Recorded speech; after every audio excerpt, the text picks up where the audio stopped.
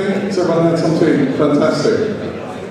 Okay, well, after the devilish machinations of the quiz and the joyous defeat of Schlager, or not, I can't remember, should have done one, I suppose that's quite good. We're on to the guest panel part of the afternoon, which for those who are new is our sort of semi-press conference element, where I, Marcus Keppel-Palmer, get to meet and chat to some of the most fascinating and wonderful people who've got stories of Eurovision to tell us. And this year is no different. So we will be bringing on, I hope, if Paul's hovering at the door, Alex, yes he is. We'll be bringing on the guests there, so I'd like you to obviously give them a rousing cheer as they come in. And obviously, if anyone's got any questions for the guests, please don't be shy, because, you know, stick your hand up and I'll come round and ask you to ask them in due course.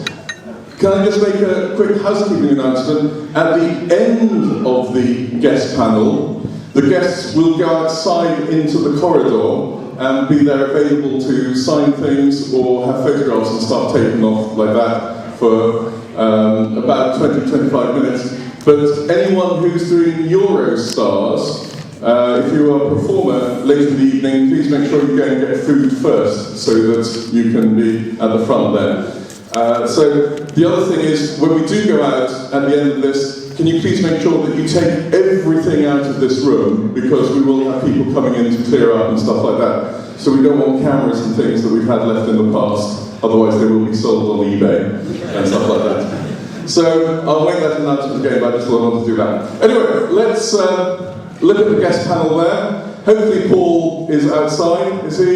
Yes. Ali, yes? Right, so we've got three fantastic guests for you. I'd like to bring them on. The very first is a young man who represented the United Kingdom. He's got a catchphrase, he's got a flag. He is Mr. Josh James.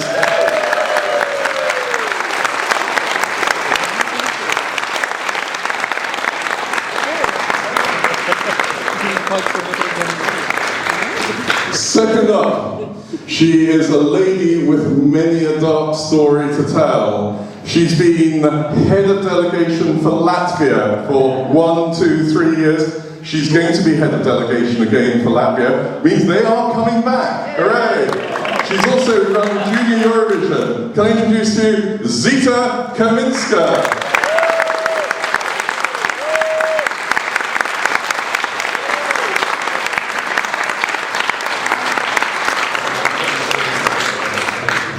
And finally, another performer, a lady who bewitched our hearts in Dusseldorf many a time, and she's got thigh boots that come up to her head. She represented Slovenia. She is the fantastically talented Maja.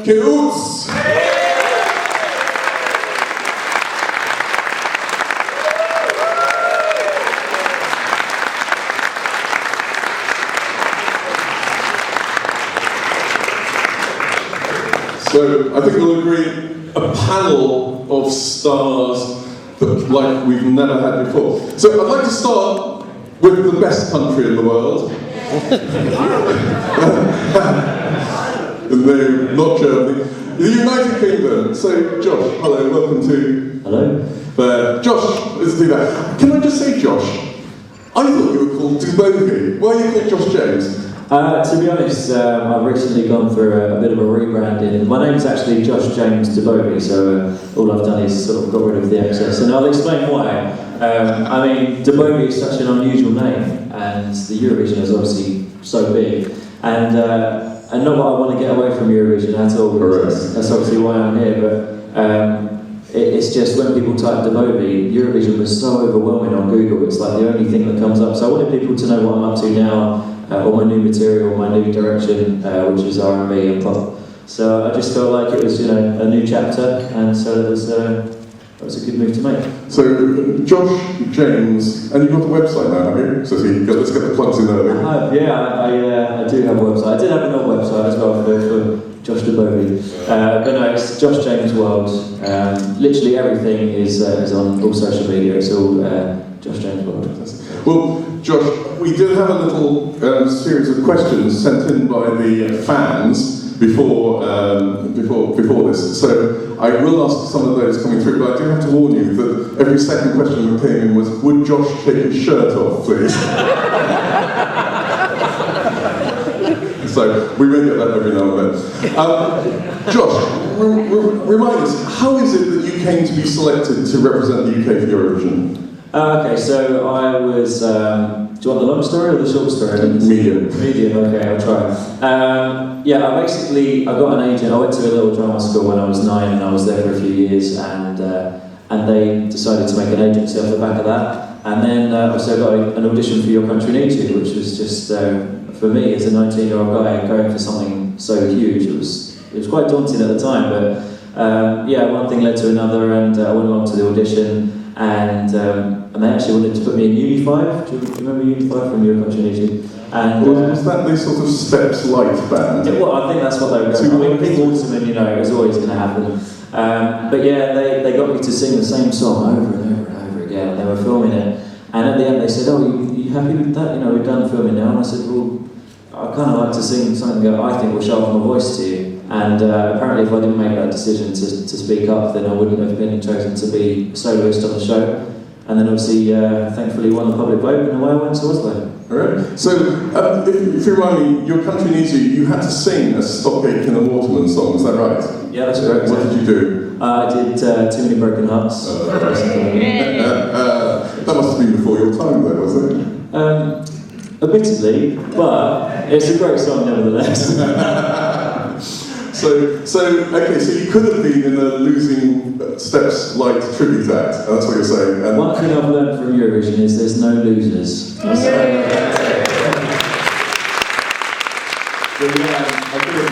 could have been really quite, it's really weird actually, we all got quite close because obviously you spend a lot of time with these people, and they were really nice. I mean, I think the band was, as you say, it was meant to be like a Steps thing, but it just didn't work out, and luckily for me, you know, so. Well, and then you came to represent us in Oslo, but I gather you nearly didn't get there, is that right?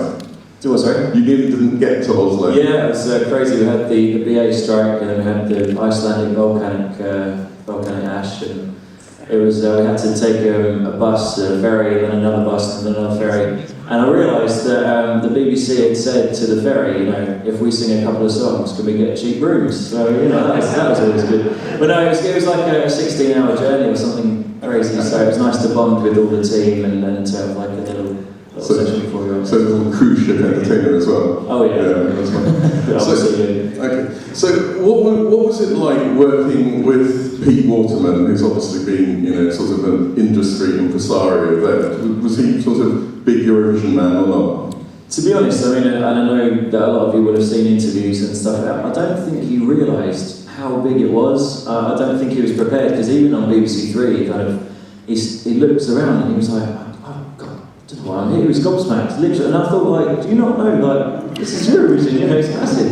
But I mean, working with him, for me, as I say, a 19-year-old guy, to be working with one of the greats, going to these plush studios and recording, you know, with professionals, was a great experience for me, and it was definitely something that I'll always remember. So that sounds good to me. Did you have, I mean, obviously the song was written and you were sort of parachuted in to do it, but did you have much chance before Oslo of having any input into that, or to change anything, or? Not necessarily, no. I mean, I had the responsibility of changing some of the melody changed a little bit on the final cut, but no, this is how little input I had. I actually turned up to the studio to record the final version, because it was about 25 or something. And Mike Stock turned around and said, "Oh, Josh, good to see you, raise the key." And I said, "Oh, all right, well, why have you raised the key?" And he said, "Well, because, you know, we want the audience to think, will he get the note, will he not get the note?" So I was like, "Oh, no." So I do apologise for your ears, ladies and gentlemen, but on the night, it was obviously there for 14 days as well. It was very strenuous, isn't it, when you're doing all the, yeah, so it was, that's how much input I had. But, you know, you live and learn, and I don't regret anything. Oh, fair enough. So, you said before, I've seen interviews and things, but you said like it was a Eurovision bubble and things like that. I mean, do you have any sort of lasting memories, or was it just all pushed into one? It did seem like one long day. Party? No, not in a bad way. I mean, it just literally every day was sort of moulding into the next, and I was saying to Maja, my publicist, that she literally would stand me there right in front of me. She'd say, right, now you're going to speak to so-and-so, you're going to do this and the other. Have you got it? And I'll be like, oh, yes, miss. She'd spin me around, push me in, and that was sort of how it went. I mean, sometimes it was like 14 interviews a day, and it's really like, it was just crazy. And there's always a guy outside the hotel taking a picture of every single outfit. So that was fun. It's going to come out of my birthday suit one day just to surprise him. Sorry, and then we're back to the question, yeah. Will Josh take his shirt off? No, you. Sorry. So obviously, you were in the most expensive city in the world there. So was that a sort of party place, or were you just in bed every night at 9? To be honest, it was more interesting going to like all the different sites, and there was like a ski slope, and we went to a lovely statue park, and I think a lot of people remember this. My best friend's dad is a sculptor, and when the woman said, "Oh, you know, you should get him to get a statue," I said, "Yeah, I'm sure he'd love to erect one," and I thought, so yeah, around the world. It translates into every language, doesn't it? So, I've got to ask, Josh, obviously you've performed, you're sitting there afterwards, and then the votes all around Russia are coming in, going to Azerbaijan, or somewhere like that, normally they go there. How are you feeling there? Because obviously in the UK we're used not to getting that number of votes, and what's your sort of feeling about that? Yeah, I mean, as you just said, we kind of had an inkling, you know, that it might not go the way we wanted. I mean, in my honest opinion, we were never going to win with that song, and you know, it unfortunately it's just the way it is. But we were kind of set up every time we got a point. We thought, you know, it's a bonus. We were like looking at each other in the green room, like, yes, 1 point, come on, get in. At least then it wouldn't be labelled with 0 points, because you know, even though people still do say it, but I'm like, well, it was 10 actually. Not that that's any better, really. There we go. So. Okay, so obviously we saw you there, and you're here. So you said you're rebranding, you're changing your style and things like that. What else have you been up to in the sort of intervening 2 or 3 years? To be honest with you, it's quite crazy. It's been a whirlwind for me. Coming out, a lot of people they're surprised. They're like, "Are you still singing?" I'm like, "Yeah, it's my job, it's my career, and I love it." So I mean, for me, giving up singing was never an option. So that's why I've been literally so busy, and coming to events like this and going to York. I'm sure I've seen a lot of familiar faces in here, and I love to come to events like this. I've been doing pantomimes, I've been doing festivals, mostly writing though, because the idea is to get my album together first, and then hopefully get another deal. So I don't know, have people seen Josh's new songs that have been up on the website there? Yeah, lots of people. So a few fans. Are we going to hear you sing some later? Yeah, you will do, yeah. Thank heavens for that. But he's in pantomime. Are you playing pantomime this year? I am. I'm in Shrewsbury. I'm Prince Charming. What is it?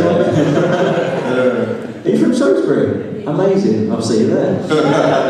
So yeah, we've got a real dragon that breathes. Well, not a real dragon, obviously. It breathes fire, is what I mean. You know, it's a fire-breathing dragon, so it's going to be good. And that's in Sleeping Beauty, so for a really great company called Evolution Productions. Yeah, see, he's got to get the plug in there somewhere.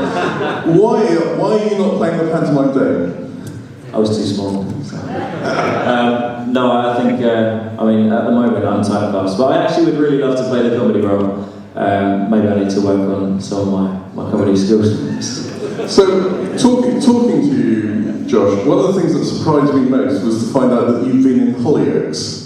Yeah. Because we've got a few people from Chester here, haven't we? So what did you do in Hollyoaks? Okay, I'll touch on that very quickly, but then I've got something even more interesting to tell you, which is really great. So I was probably about 13, and I went along. I mean, I'm not the best sportsman, so it took my best acting to play football in this particular particular scene, and while we were there, they asked us to stay overnight. This is where it gets good. So my mum and dad are sitting over there, bless them, they come along to all these bits.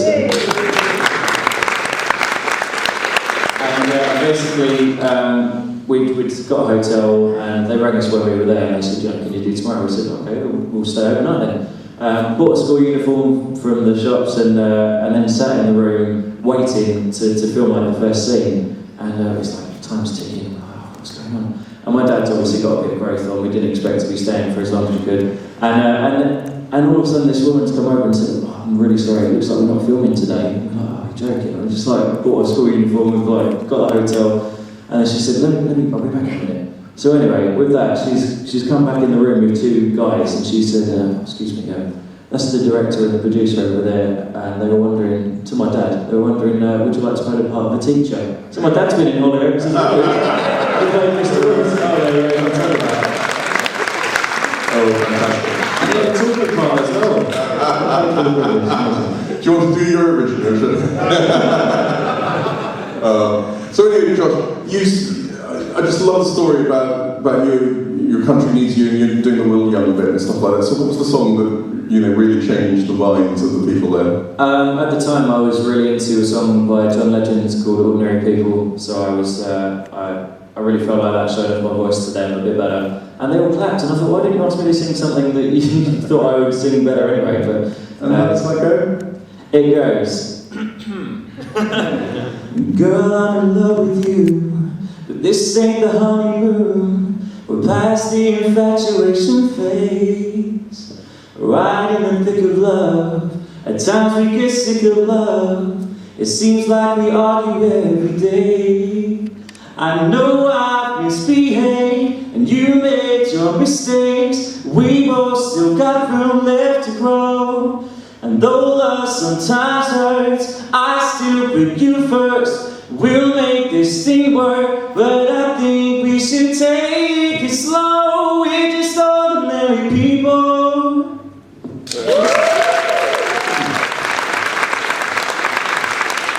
Thank you. I've got to say, that's slightly more nerve-wracking than 150 million people, just for the record. Fantastic. Josh, come over to you and say, Zita! Hello, Zita Monetta.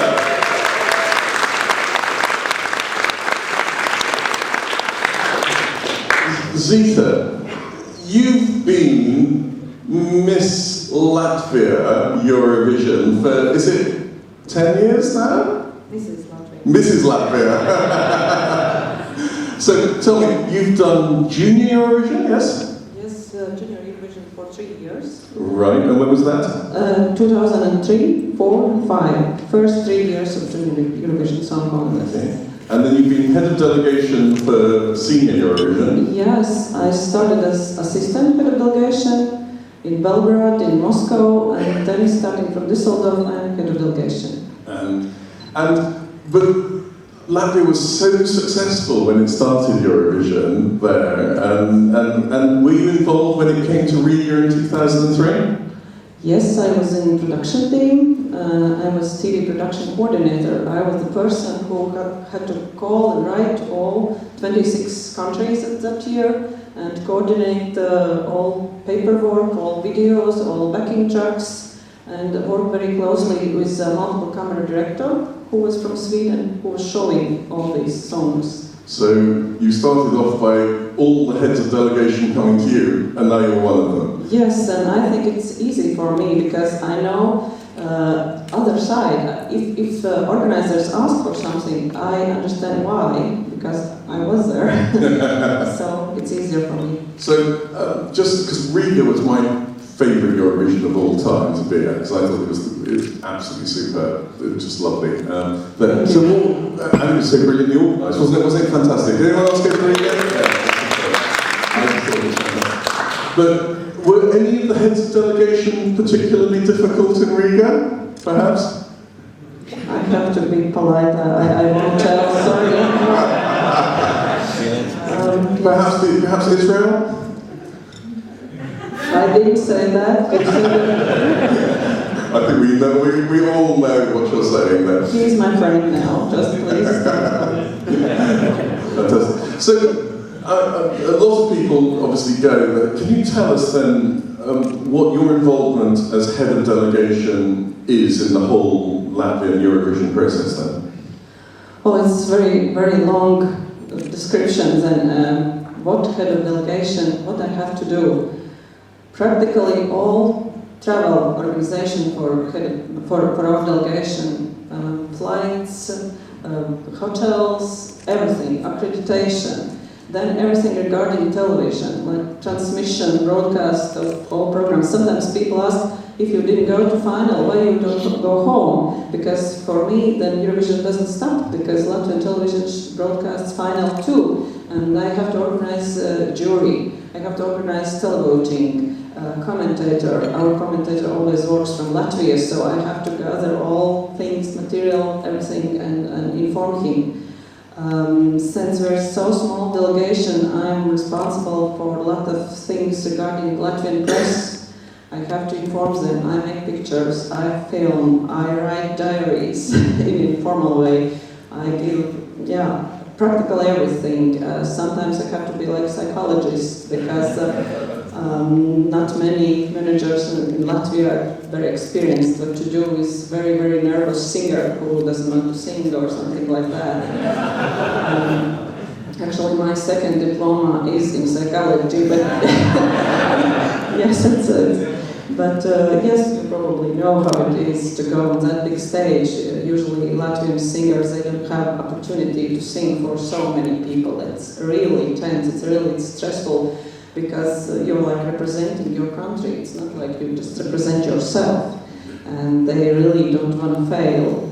So, and I had to deal with a lot of tension situations where, for example, singer throws her quite expensive mobile phone against the wall and smashes it, and of course after that she needs to talk to her boyfriend, her sister, and she uses my telephone all the time, so her boyfriend starts to call me, and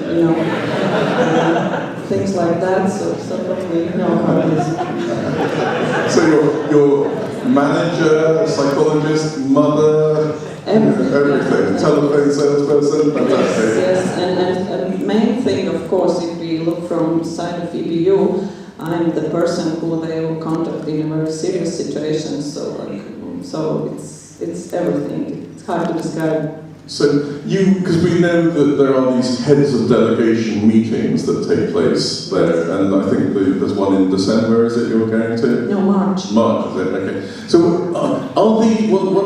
what happens there? Because we imagine that you sit there, you drink champagne, you decide who is going to get votes from which country, who Azerbaijan will give money to, and things like that. Is that what actually happens at these meetings? No. Of course, we are very similar like you. We are people for almost 40 countries who meet twice a year, but we are like one big family. Because we always help with unclear questions to each other. And if somebody new comes in the team, like a year ago, there was Maja from Finland, we helped her a lot to understand what she has to do. And no, the thing is, usually people ask why you have your national selections in January or February if the contest is only in May. The thing is, we have this head of delegation meetings in March where we have to bring already all material, how we want our song to look like, our entry, colors of stage outfit, all choreography. We have to film it on one camera shot for director to see how and then they start to work already on the song from March till May, and then when we come in May, we can see, do you like it or don't, and there are a lot of surprises. First rehearsal, it's so stressful when you see how director sees your entry, and it's completely different what you imagine. Because of course, this year just gone, you worked with Per, and yes. There was a moment during their performance that was a unique, well, the first time ever at Eurovision. Yes. How did that come about? Stage dive, yes. Ralph came up with this idea, and I was very afraid that EBU will say no, because you all know how security works here, that you cannot cross certain borders. but they were really helpful. They really wanted to do this interesting thing, to make some history with stage diving, and of course we had to prepare. We had 4 people on stage, so we were allowed 2 more people to help with this. As you know, per rules, just 6 people can participate. So Ralph's mom and dad were the 2 key persons in the crowd to catch him, because, as you remember, he didn't jump like this, but backwards. You have to trust those people. So look at them. Would you trust any of these people? But my problem was I was very worried about you. You hold flags, and I was very afraid that my singer will be with holes, you know. Impaled on a Union Jack.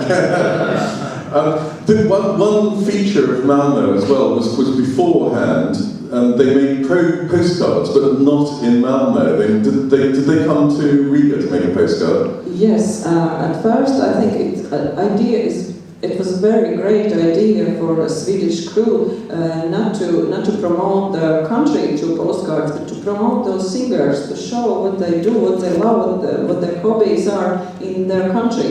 So I think they spent quite time and money on that to send. I think they had 6 crews, and they sent them to all countries to film those postcards. And did they contact you to help liaison that? Of course, they asked that they contacted me on late Friday afternoon and asked me over the weekend organize filming, and the list was like this, starting 2 schools, zoo, karting go-karting, yes, video games, and etc., etc., etc. But the last thing on the list was either a private jet or private helicopter in the territory of airport. Because of course Latvian TV must have a private airplane, does it? We have to organize it. They don't care from where and how, and of course I don't have these things in my budget.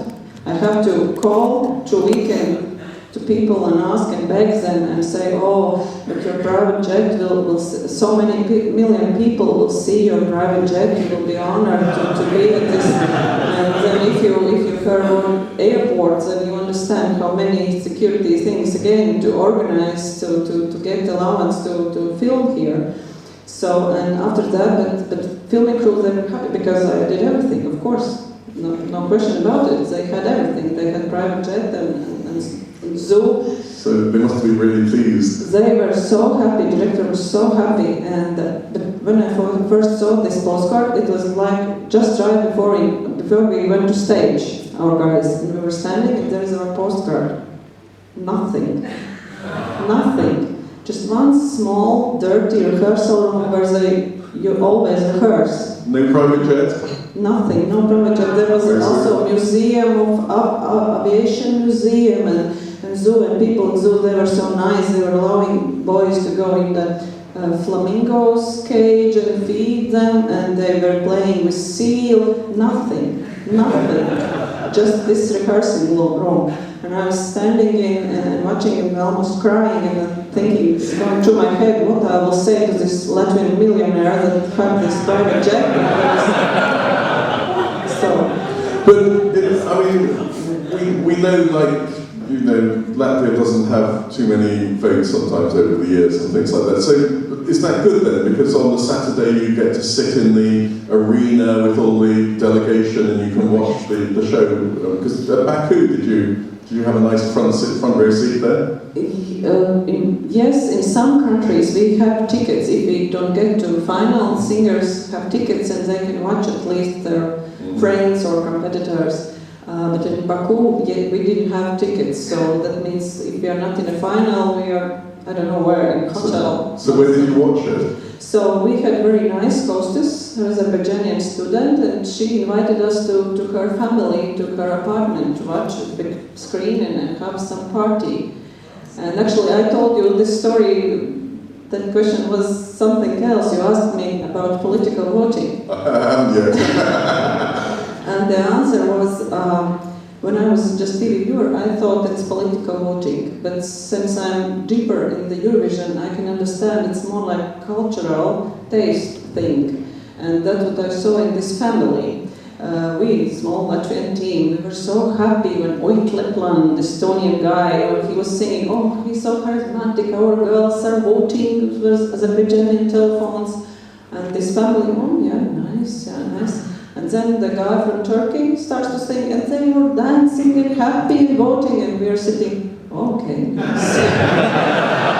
So I think that explains this voting, because in certain countries you like certain music, and when you hear it, you vote for it. Because I don't believe that there can be such unity, how to say it, for example, in England. Just let's vote only for Germany. I'll tell you, vote only for Germany. It won't work.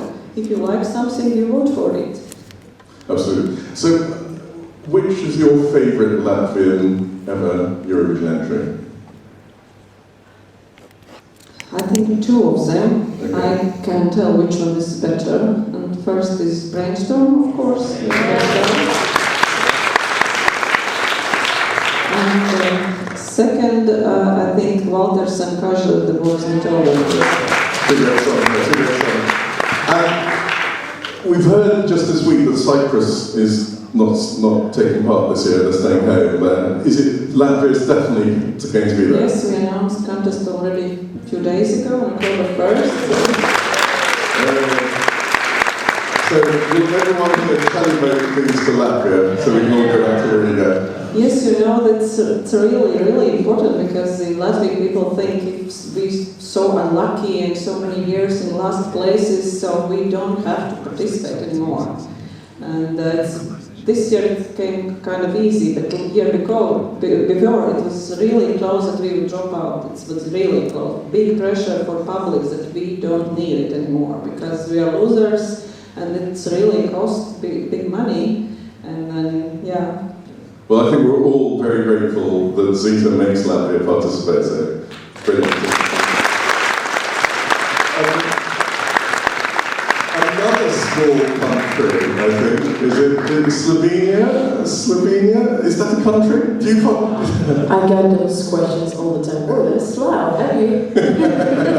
we got, which one are you on? There's 7, 4, 3, 2, 6, 9, who knows?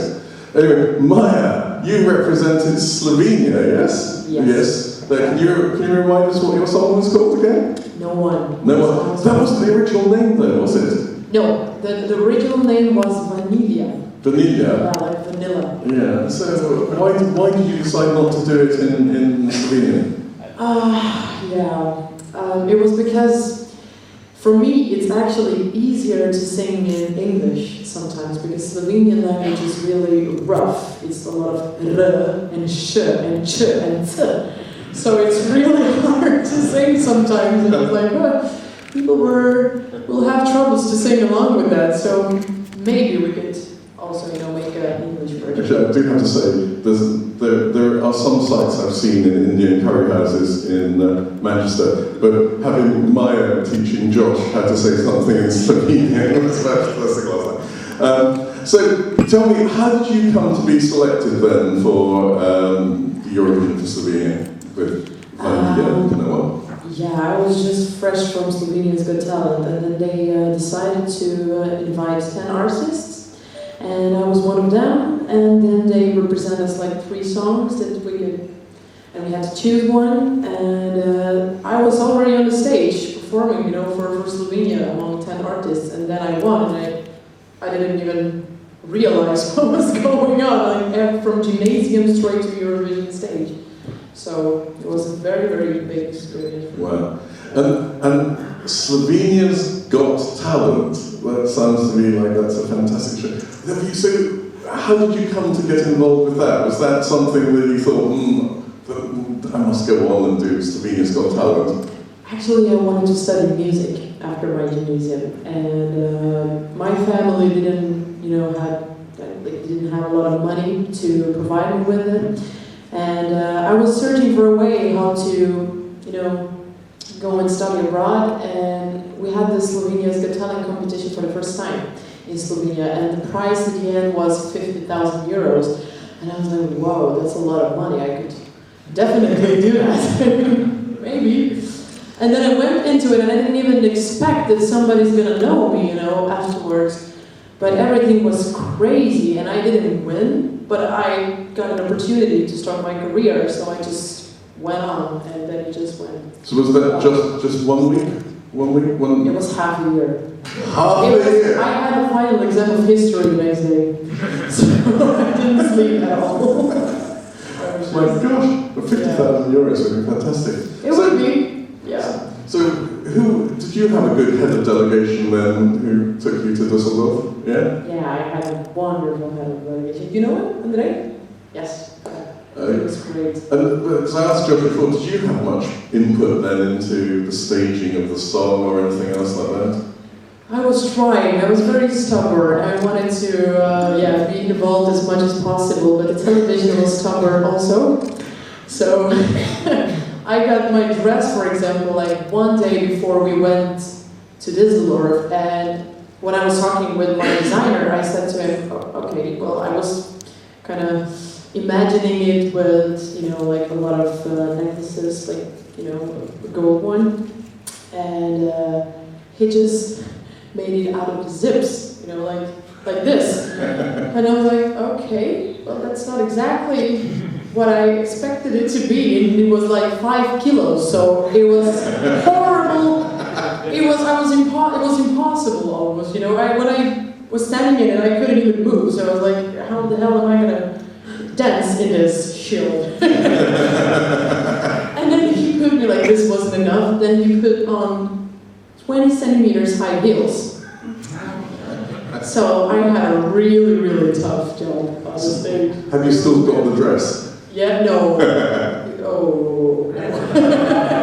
You can keep it. It's okay.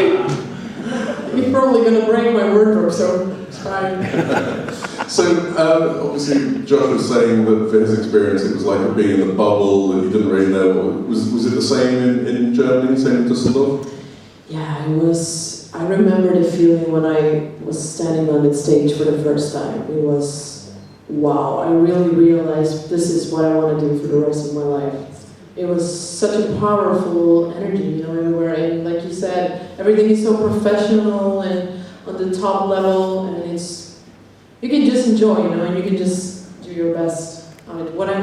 I didn't even care that I was wearing this, so I really felt like, give me even more. Is that all? Give me flippers. It's okay. I can do it. I can swim here. It's okay. Okay. So you've done Düsseldorf then. So obviously, what's the next step? Because do you conquer Slovenia? Can you walk down the streets of Ljubljana without people singing to you, or? Oh no, people are not singing to me. Now I'm actually living in Rotterdam because I'm studying music there finally, and I'm working on a project in Sweden on the new stuff. But Slovenia is really cute. It's like a really small market, you know. And for me it was hard to do what I really wanted to, like music-wise. Yeah. So what would you like to do? What's the sort of style you're looking to do then? Style? Yeah. I would say in general it's pop, but it has a lot of harmonies. It's supported with harmonies and groovy things, and we are experimenting right now a little bit because we want it to be something fresh, something that represents me. Yeah. So, I mean, one of the things that we find now is that Europe-wide, there's so many sort of talent shows and things like that. And I don't know, in this country we have, for example, The Voice and The X Factor and things like that. Do you think that's something that you would do again, maybe, or I don't think so. No, because you know, with those reality shows, it's really you're not prepared for the world that is waiting for you after that. You know. When all the lights turn off, it's just reality, and then you have to know how to swim with the sharks in the unknown sea, really. A lot of people is using you, and all the mistakes you make them public, you know. It's really, yeah, it was a nice and a tough experience, I would say, being in this music industry, not knowing anything about it, so I had to learn everything, you know, along the way. Okay. But I'm much stronger now and I know what I want. it's still what I love the most in the world. Well, we love you doing it there. Would you go back to do Eurovision then? Never say never.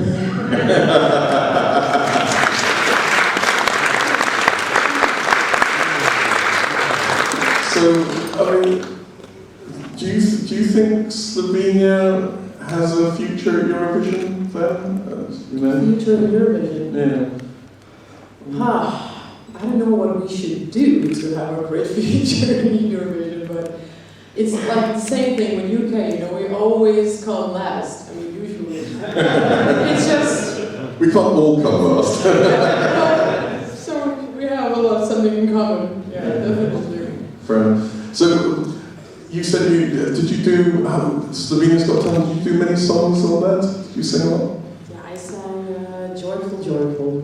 That's my favorite song. How's that go? Sister Act musical. Do you want to sing a little bit? Okay, hallelujah.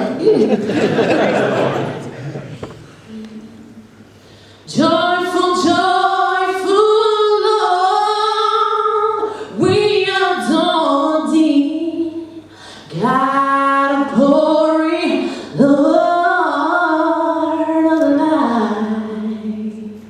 Hearts of gold like flowers before thee, healthy as the sun above. Melt the clouds of sinner's sadness, drive the dark of doubt away. Give her immortal gladness, feel the sweet light, feel the sweet light,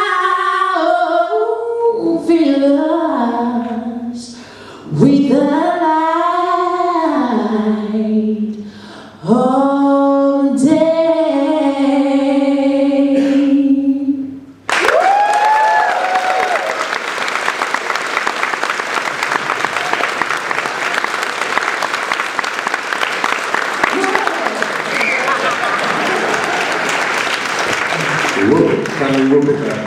That's fantastic. So, just one thing that we always find about Eurovision, any of you, that it's an incredibly sociable occasion and it is great fun. I mean, did you guys all sort of make friends at Eurovision with perhaps other artists or other delegations or things like that? Or, I think we all did. okay. Anyone in particular that you sort of not that way.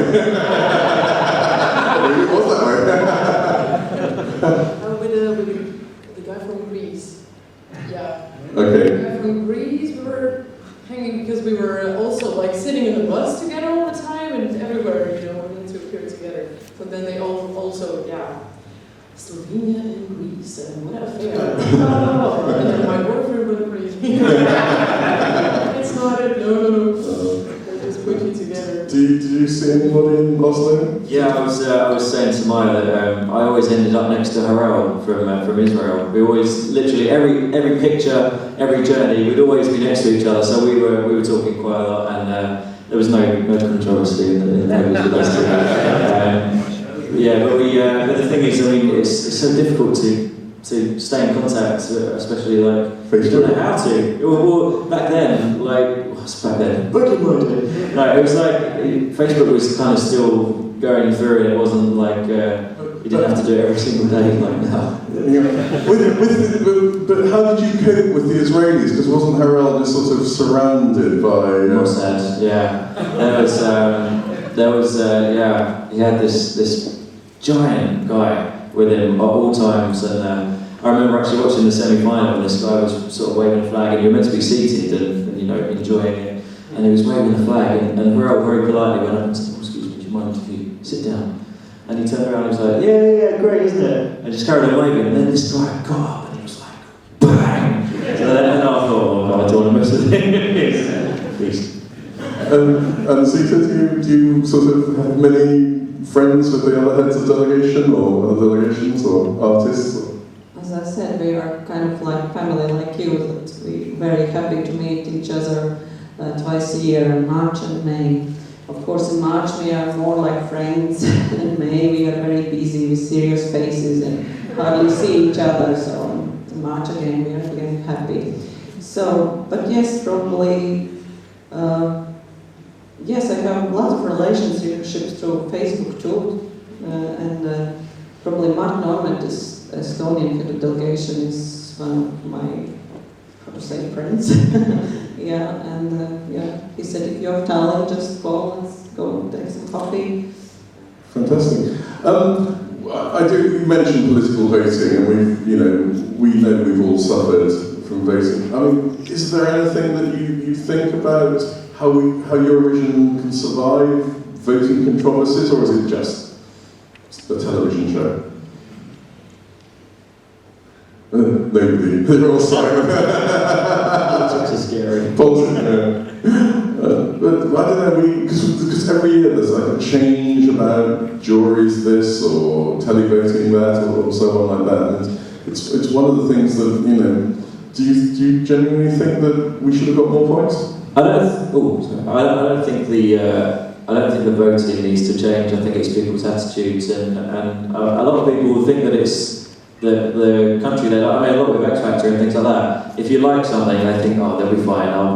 Maybe I'll wait for someone else and give them a chance. But it's like, no, you need to pick up the phone and vote for who you think. And I mean, obviously, we wouldn't be talking about politics if people didn't mention it before. But I don't think there's anything really that the Eurovision can do to unless we all sang in the same language, and then whichever country won, we sang in that language, and then. So you didn't know who it was, but still, you can pick up the accents, I'm sure. Yes, I think when it comes to good song, everybody likes it. It sounds like Euphoria, Loreen and Reebok. And for me, probably, as I said, this taste, this cultural differences, probably I wouldn't buy Balkanian CD, probably Balkanian music. But for example, Bregovic is very popular in Latvia through films. Really? Yes. And same story, I was just few years in Istanbul, and when Zelko Jaksimovic sang his song in Serbian, I couldn't understand the word, but I felt so emotionally with this song. I really liked it a lot, Moja. So I think when song is good, then it doesn't matter from which country and even in which language. One of my favorite Eurovision entries is actually from Riga, Belgium. No language at all. No language. It's really one of my favorites. And do Slovenia just vote for other Yugoslavian ex-former countries? Yeah, but not. I think we really vote for what we like. Yeah, really. It doesn't matter, which country it is, because it's the most important thing is the song and the performance and the artists. I think we're not so politically. Yes, and if people vote, even jury, it should be very, very professional. They even vote sometimes like kids, just they like it and they vote for it. It was in Düsseldorf. I heard results from Latvia, and Latvia gave first place to Italy. Oh, my intelligent country, it's so nice. Italy was so nice that year. And in Baku, my people for television called and said, jury gave second place to Babushkas. What? Jury? Yes, jury. Second place to Babushkas. So it's even, they were like kids. They just love it, and that's it. Who doesn't like old ladies with ovens? Who doesn't like?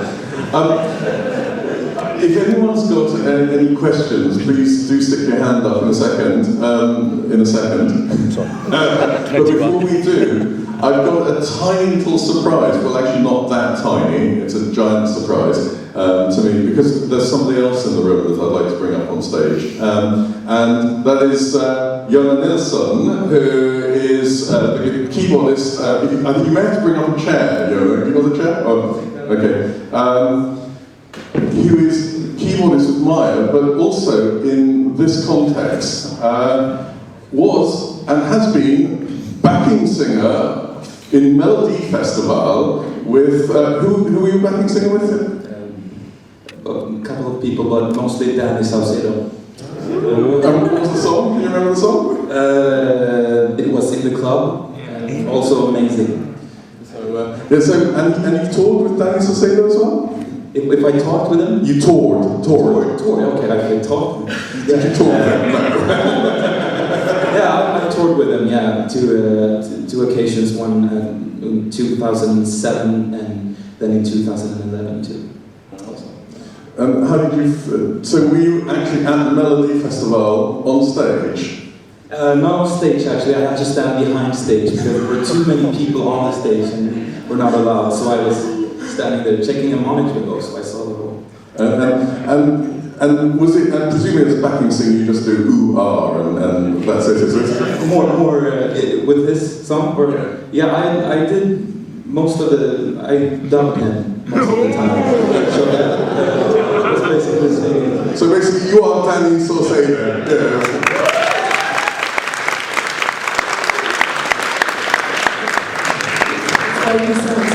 Yeah. Did you have backing singers, Maja?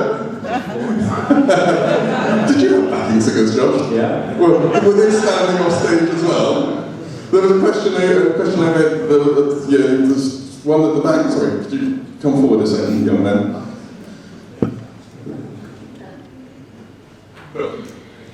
It's a question for Zita. You were saying there's been sort of a feeling against Eurovision in Latvia because of the money that it costs for you to participate. What is the general feeling sort of amongst Latvians and maybe other countries that you work with about the Big Five rule?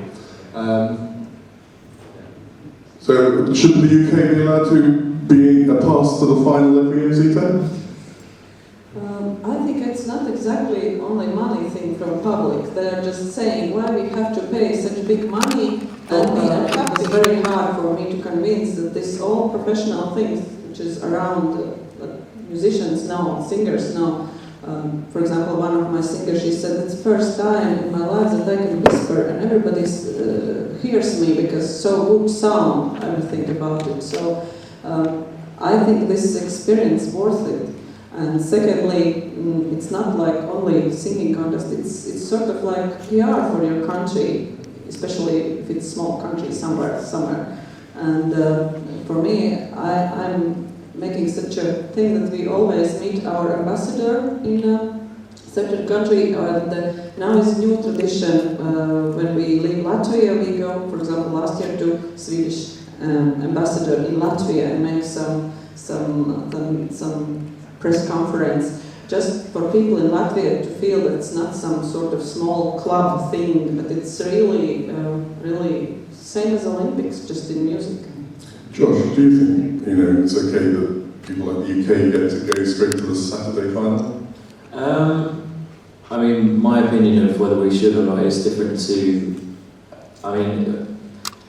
to do with the song. I think it'd benefit us if we could have it played a few more times, rather than just hearing it kind of on the night or when it's leaked out. And I think that's a really big thing, and I think maybe that's why, obviously Germany won, so it couldn't have been that hard to just go straight in, but I don't know, as I said earlier, there's always going to be something wrong with a new format or there's always, you can't please everybody, so.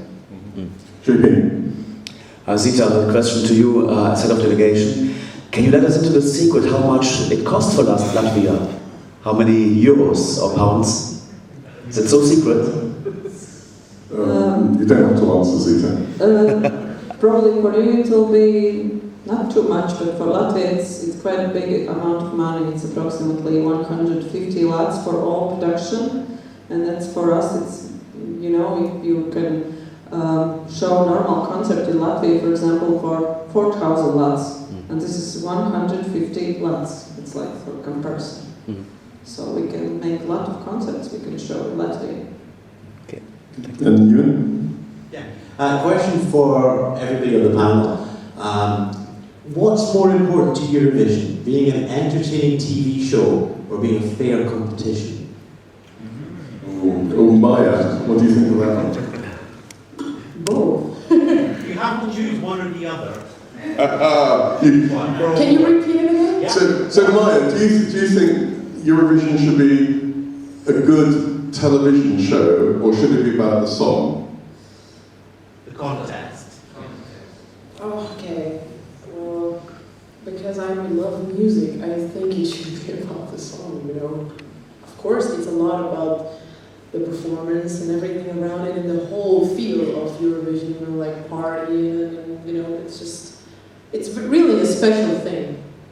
But, yeah, I think that, I'm sorry to say it, but I really feel like quality of the songs is really decreasing with years.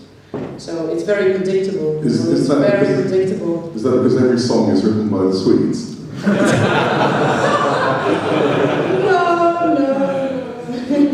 Because of that.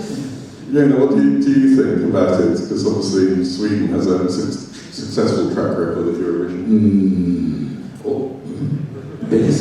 I think definitely about, you know, it's all about this. For me personally, it's all about music and all about the song, and of course about the performer. But I personally really care about music as it is, but you know, some songs are only made for, I think, in my opinion, more made for the concept of being in Melody Festival or Eurovision. Some songs are more maybe unique and, you know, just a great song in itself. And I think those are the songs that goes the furthest for me. Do you think the songs chosen should represent the music industry of the country that's sending it, or the culture of the country? Because I think, Zita, as you were saying, if you look at Latvia, every year you send something different, and it's always in last place. No?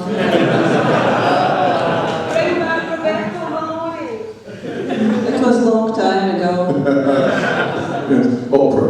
What about you, Josh? What do you think that you would prefer to have stood there, or would you prefer more dancing in your performance? Or?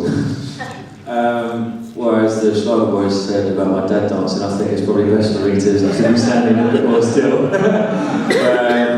No, I think, I mean, for me, obviously the same as these two, it is all about the music, but the other side of it is that if there wasn't a show, then we wouldn't get the opportunity to perform in such a massive contest. But yeah, definitely the music for me is the primary thing. So, would you do it again?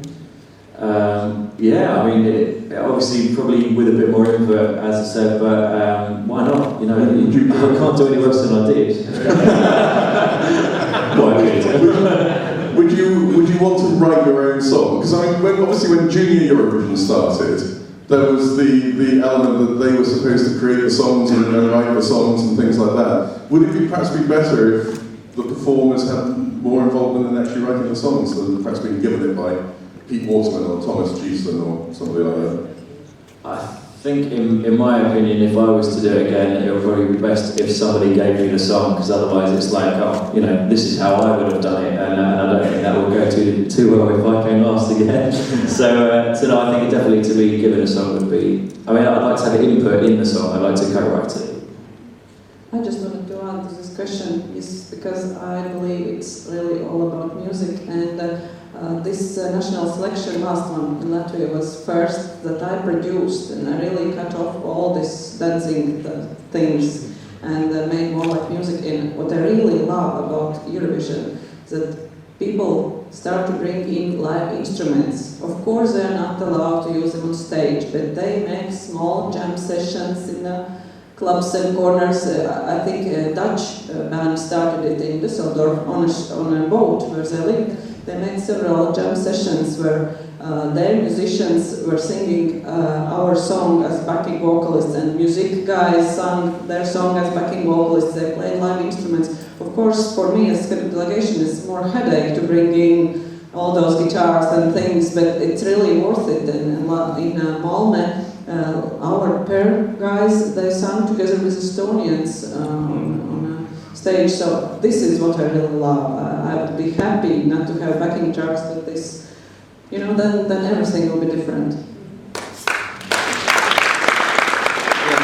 is a question for Maja and Josh. Obviously, there can only be one winner in Eurovision, and I enjoyed your entries. My question is, when you work so hard, and I have been privileged to see behind the scenes, you sing the song over and over and over again, done pre-selection and everything. How do you feel when the song, obviously, if it doesn't win, but then doesn't really have a lifespan? I mean, apart from Jedward, I can't think of Eurovision entries in recent years that have gone to be major chart successes.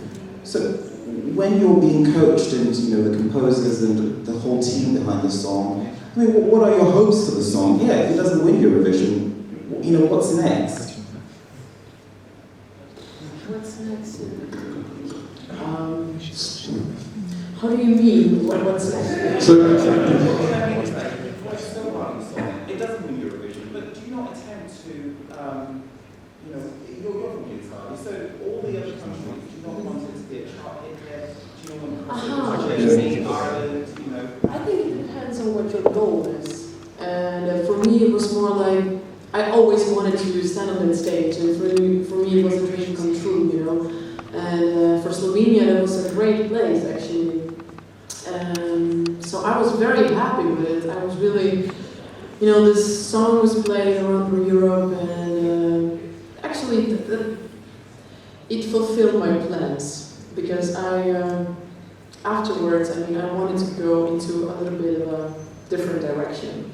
So I think I'm going to be more subtle when it comes to my new music also, you know, or how is it going to be accepted and stuff like Josh, that. did you want to go on singing That Sounds Good to Me? The trouble is, it didn't sound good to anyone.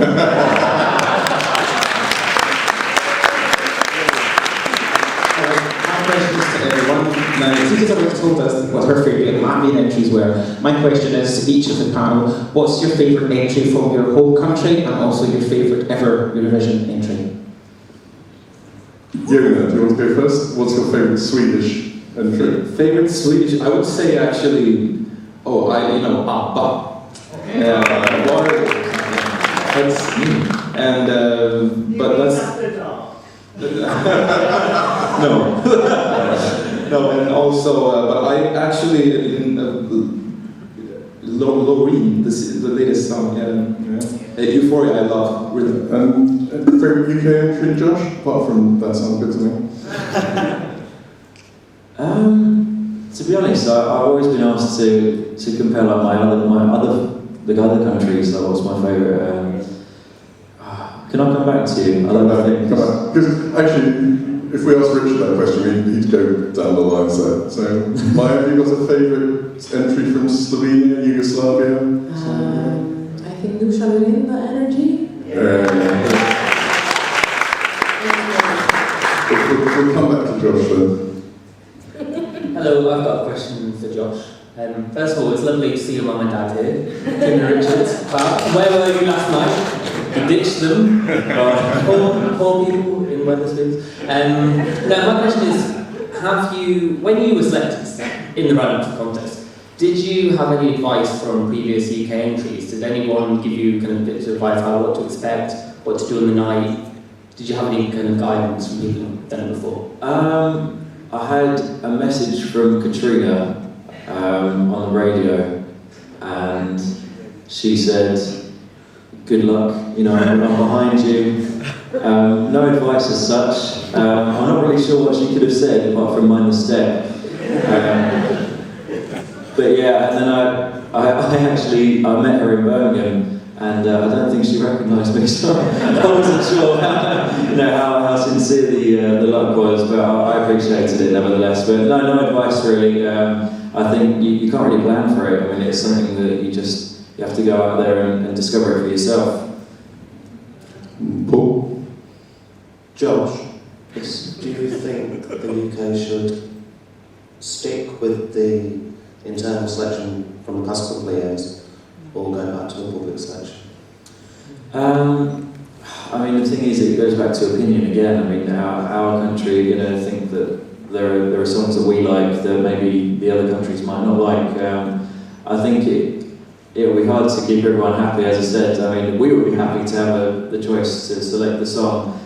But yeah, I mean, I think that would be better. I mean, rather than saying, this is the song, this is the artist, deal with it, I think it would be better for us to have a bit of a say. As a country, you know, it brings us all together, and at the end of the day, this is a song contest, and I think it should be a celebration of music, not like, I think the contest should be kind of the underlying message rather than, you know, the forefront. But yeah, I think definitely to have a choice would be bad.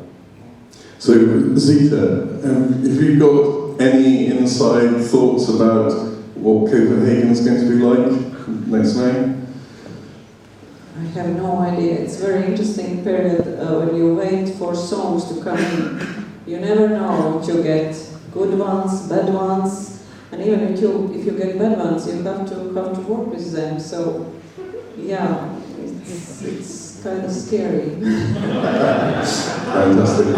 Our time is defeating us, I'm afraid, there, but what I would really like to do is to thank all our guests for sharing some time with us and for sharing their insights. And what I think is absolutely superb is, you know, the love that they have for Eurovision and for music and stuff like that. And it's really kind that you guys have come up and do this. I'd like to thank Zita very much for coming and sharing a lot of confidential information there.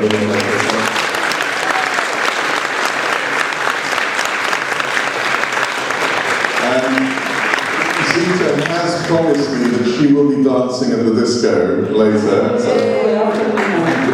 Or did you say she's dancing to in the disco? I would very much like to thank Maja and for coming up there, the lady with the highest heels in the world, and Yona, of course, together. They will be performing later.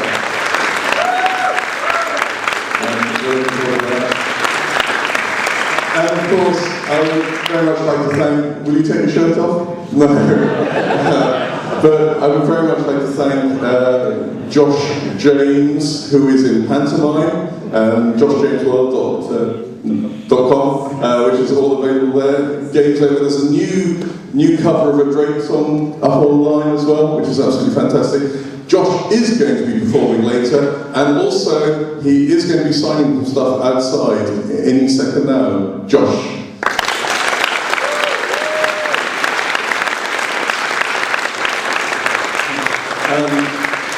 I'd like to say thank you to all the guests that... Oh, Paul, are you hovering like some sort of vulture at the feast? Paul, come here, have you got something to say? Oh dear, the President. So I just want to thank again our guests for coming, and as a little thank you, we've got you some gifts. So we've got a memento of Manchester, and it's only available in Manchester, and it's called Manchester in a Bag.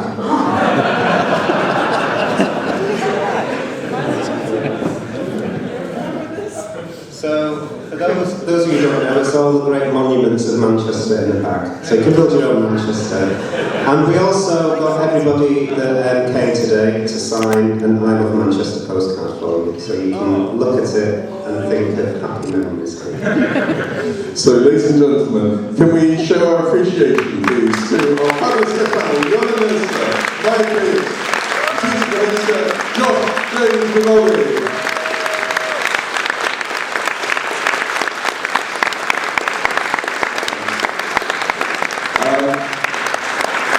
All our guests will now be going outside there, so if you do want to have a photograph or something with them, I know Josh has got some things to sign, they'll be out there, so if you just let Paul take them out, and then if everybody could leave the room and bring with them all their stuff, we are going to reorganise the room for the Eurostars, which will be starting at 7:15, so please do that. But can we let our guests go out first, and Paul will lead them out. Thank you very much.